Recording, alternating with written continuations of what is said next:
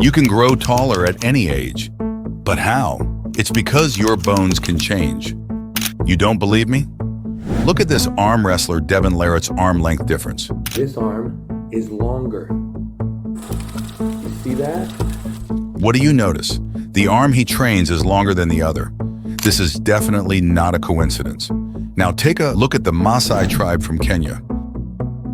The Maasai tribe has some of the tallest people in the world.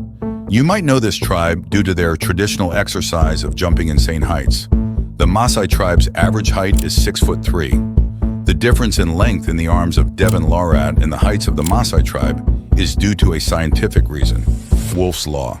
This law is the reason bodybuilders have higher bone density, which occurs due to the repeated weightlifting habit. In 1892, German surgeon Julius Wolff stated that bone in a healthy animal will adapt to the loads under which it is placed. So that means if you lift really heavy weights, your bones would become more dense to aid this stress. Our height growth occurs due to stress or stimuli. This can be two types of stress, hormonal stress and mechanical stress. This video is completely about mechanical stress and how we can use it to grow taller. Devin Larratt's arm length difference is due to the repeated training of only the longer arm. But how do we apply this to grow taller? Microfractures. When we apply the right stimuli to our legs, they will grow vertically and longer. But how to do this? Your bones remodel themselves to help the stress you apply. So, if you apply certain stress where your legs need to stretch, they will grow. This is where cycling comes into play. Look at the Netherlands. It has some of the tallest people, and also cycling is extremely common here. So how do we use this to grow taller? When we repeatedly cycle by stretching our legs, our bones get signaled to remodel itself to help cycle easier by lengthening the leg. This is similar to why giraffes have insanely long necks and limbs. It's because they eat leaves which are at the top of the tree. Over time, they get accustomed to this, and their bones get remodeled to help the habit, thus growing their necks and limbs. This is Wolff's Law, which supports evolution. But how to cycle optimally for height growth? It's simple, really. Start by increasing the seat height so that at the bottom of the pedal, your legs are straight and stretched, not bent. Now cycle every day using this height. After a week, increase the seat height by 1/4 inch so that your bones have a reason to get longer. Do this consistently and you'll see changes in 3 to 4 months. A study was conducted regarding the increase in saddle heights in bicycles over time. This study showed that extension of saddle height leads to the extension of joints, mainly the hip, knee, and ankle. Another thing noticed was the muscles get stretched during cycling. When muscles get stretched, they usually revert to their original position. However, if tension is applied for a longer time, the muscles become longer to get used to the stretch position and adapt to this new position, which is known as the adaptive remodeling of the muscles. Cycling consistently can increase your height by lengthening the femur and the shin. Another way, the most effective one, is using microfractures. When bones get microfractured and damaged, they grow back bigger and stronger. This is the reason the Maasai tribe is very tall. The repeated vertical jumps microfracture the shin, which then grows back bigger and thus longer. But however, only jumping will not give you the best results. You have to combine it with stretching the bone. Let me explain. Imagine your bones are microfractured and need to grow, but you're standing. Your body applies force on the shin downwards due to gravity. This causes the bone to grow wider and not longer. But how do we achieve vertical growth? By stretching the bones after microfracturing it. To do this, do Maasai jumps for 15 minutes with breaks, a few minutes before sleeping. Now after you've done the exercise and created microfractures in the bone, attach ankle weights to leg and hang them off the bed while lying down. This stretches the bone, causing vertical growth. Use the ankle weights for around 1 hour and then directly go to sleep. If you stand, the bones will get compressed, resulting in no vertical growth.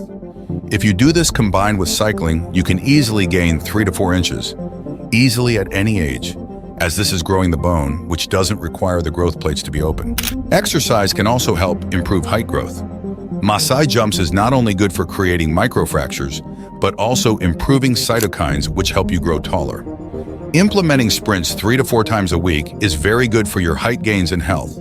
Sprinting increases growth hormone, testosterone, and IGF-1. Do 5 sets of sprints of 20 seconds each, and make sure to speed up towards the end.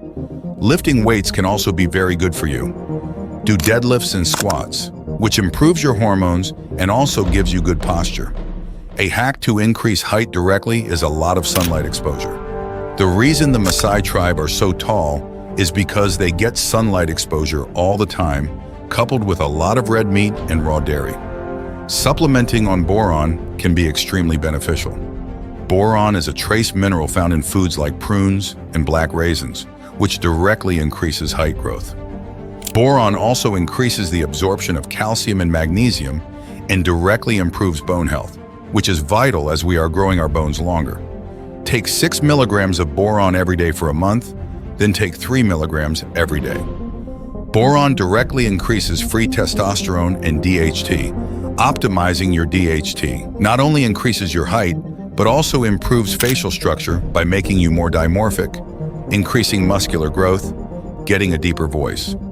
However, if you are looking for results by applying mechanical stress, it is necessary to get good recovery and manage your hormones. For recovery, you will need to consume only clean sources of food. Completely eliminate polyunsaturated fats like seed oils. Only consume coconut oil, grass-fed butter, olive oil, and tallow. If you want to grow taller, you have to optimize your hormones and be lean. You cannot grow tall if you aren't shredded, because having more fat increases aromatase, which converts testosterone into estrogen. Estrogen closes your growth plates and is also bad for testosterone levels. We know how to increase length in our legs, but what about our upper body? Because we cannot apply any mechanical stress to our spines, we cannot stimulate it physically to grow taller. But however, we can optimize hormones like dihydrotestosterone, testosterone, and IGF-1. Watch my previous video on hormone optimization if you want to grow taller efficiently. If you want to maximize the height in your spine from the hormonal stress, you need to have good posture. Take a look at this interesting phenomenon. When astronauts go above the atmosphere with no gravity, their height increases by 2 to 3 inches. This is due to the decompression of the spine. Between each vertebrae, we have a soft membrane which gets compressed from gravity, exerting force on it. So fixing your posture is very important. Not only back posture, even neck posture, so you can breathe optimally. You also need to get a lot of sleep as growth occurs only in rest. That's it for the video, guys. Watch my previous video as this is a 2-part series on gaining height at any age.